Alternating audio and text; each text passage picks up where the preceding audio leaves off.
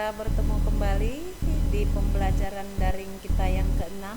Seperti biasanya, sebelum kita mulai, kita berdoa terlebih dahulu. Doa dimulai.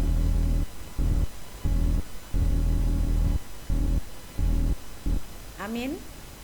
Kita mulai pelajaran kita. Pelajaran hari ini adalah sambungan dari bab 3 yang lalu, ya, yang belum selesai.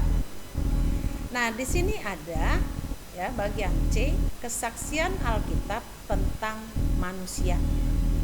Nah, yang menjadi nats pendukungnya adalah Kejadian 1 ayat 26 sampai 30, Matius 22 ayat 37 sampai 40, Amsal 14 ayat 31. Ya.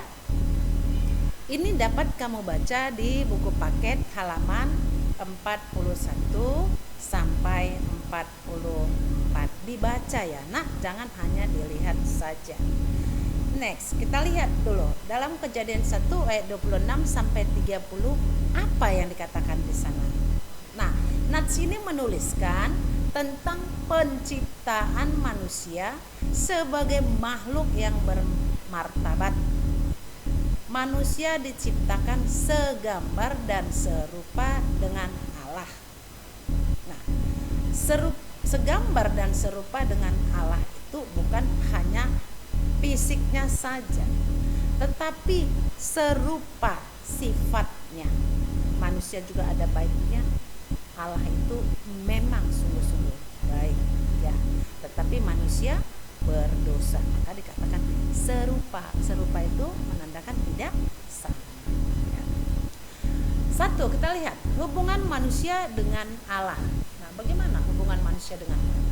Manusia diciptakan menurut gambarnya, artinya manusia tidak hanya sama dalam bentuk fisik, tetapi juga sifatnya mirip dengan Allah, seperti yang saya katakan tadi, ya.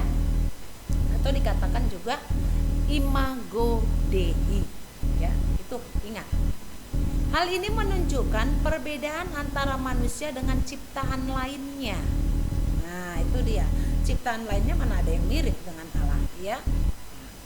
Manusia dapat berhubungan dengan Allah. Manusia memahami, belajar serta taat akan perintahnya. Hak manusia untuk beragama bebas menjalankan ibadah, mengambil keputusan menurut hati nurani. Semuanya berada dalam kaitannya dengan hubungan manusia dengan Allah. Oke? Itu dia, ya. Nah, sekarang hubungan antar manusia. Bagaimana itu? Allah menciptakan manusia sebagai makhluk sosial. Ya.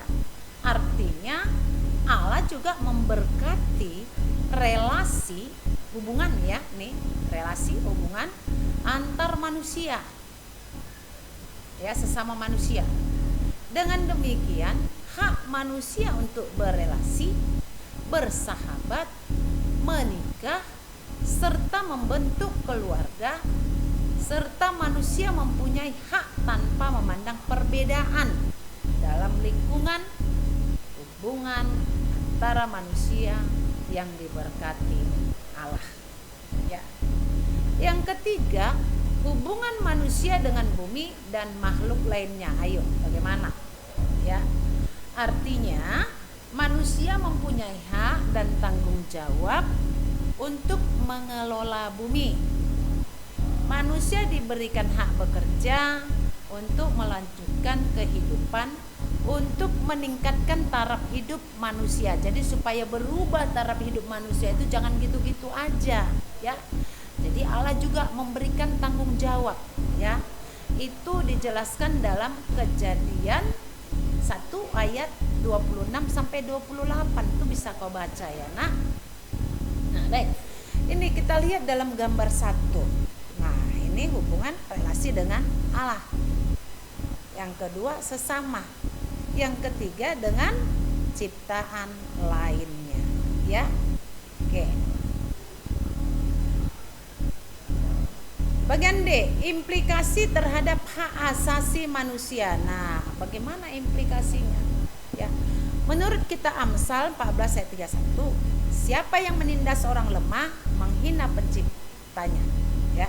Artinya pelanggaran terhadap HAM merupakan penghinaan terhadap penciptanya. Nah, itu kau ingat itu ya, nak. Jadi siapa yang menindas orang lemah berarti kau menghina penciptamu, ya. Raja Ahab yang merampas kebun anggur Nabot menerima hukuman. Jadi siapa yang berbuat pelanggaran itu menerima hukuman.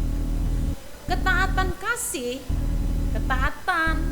kasih dan keadilan menjadi hal yang terpenting dalam hubungan antara manusia dengan Tuhan Allah Sang Pencipta. Ya, jadi ketaatan, kasih dan keadilan itu sangat berhubungan dengan Pencipta kita. Maka jika manusia berbuat salah, Allah akan menegur dan menuntut pertobatan. Sebaliknya, jika manusia sadar akan kesalahan dan bertobat, maka terhindar dari hukuman. Nah, kita lihat tokoh Alkitab yang mengabdi dan bersikap adil pada rakyatnya.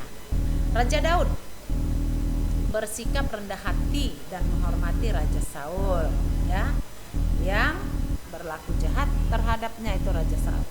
Raja Salomo yang bersikap adil dan bijak terhadap rakyatnya, ya, itu dia raja yang adil dan bijaksana. Bagian E, perdebatan mengenai hak hidup. Oke. Arti terdalam dari HAM adalah pengakuan terhadap kebebasan dan kemerdekaan manusia yang telah dianugerahkan Tuhan sejak seseorang mulai tumbuh dalam kandungan. Jadi HAM itu sudah ada mulai dalam kandungan, hak hidup. Jadi ada HAM, dan jadi jangan suka-suka orang menggugurkan kandungan, itu udah pelanggaran HAM, ya. Itu dia. Yang pertama, beberapa pelanggaran HAM di bawah ini. Lihat, yang pertama itu hukuman mati. Yang kedua aborsi. Yang ketiga eutanasia. Eutanasia aktif dan pasif itu ada. Baca di bukumu ya. Bagian F, kewajiban manusia menyangkut demokrasi dan HAM. Tanggung jawab seorang remaja Kristen di bidang demokrasi dan HAM. Ini kita lihat ya. Apa tanggung jawabnya?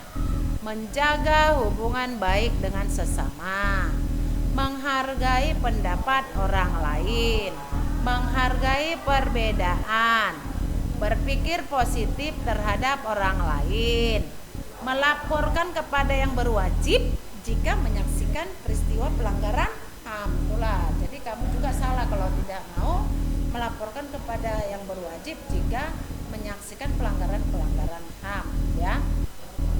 Selanjutnya, daring yang ke-6 ada tugas kamu, ya. Tuliskan pengertian hukuman mati, aborsi, eutanasia. Ini semua ada di buku paket, ya. Kau kerjakan, ya.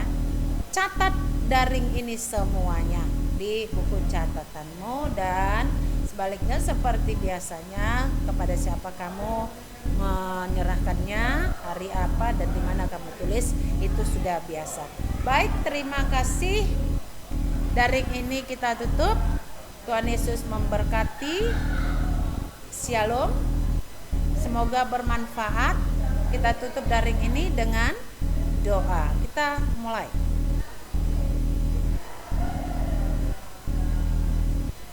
Amin.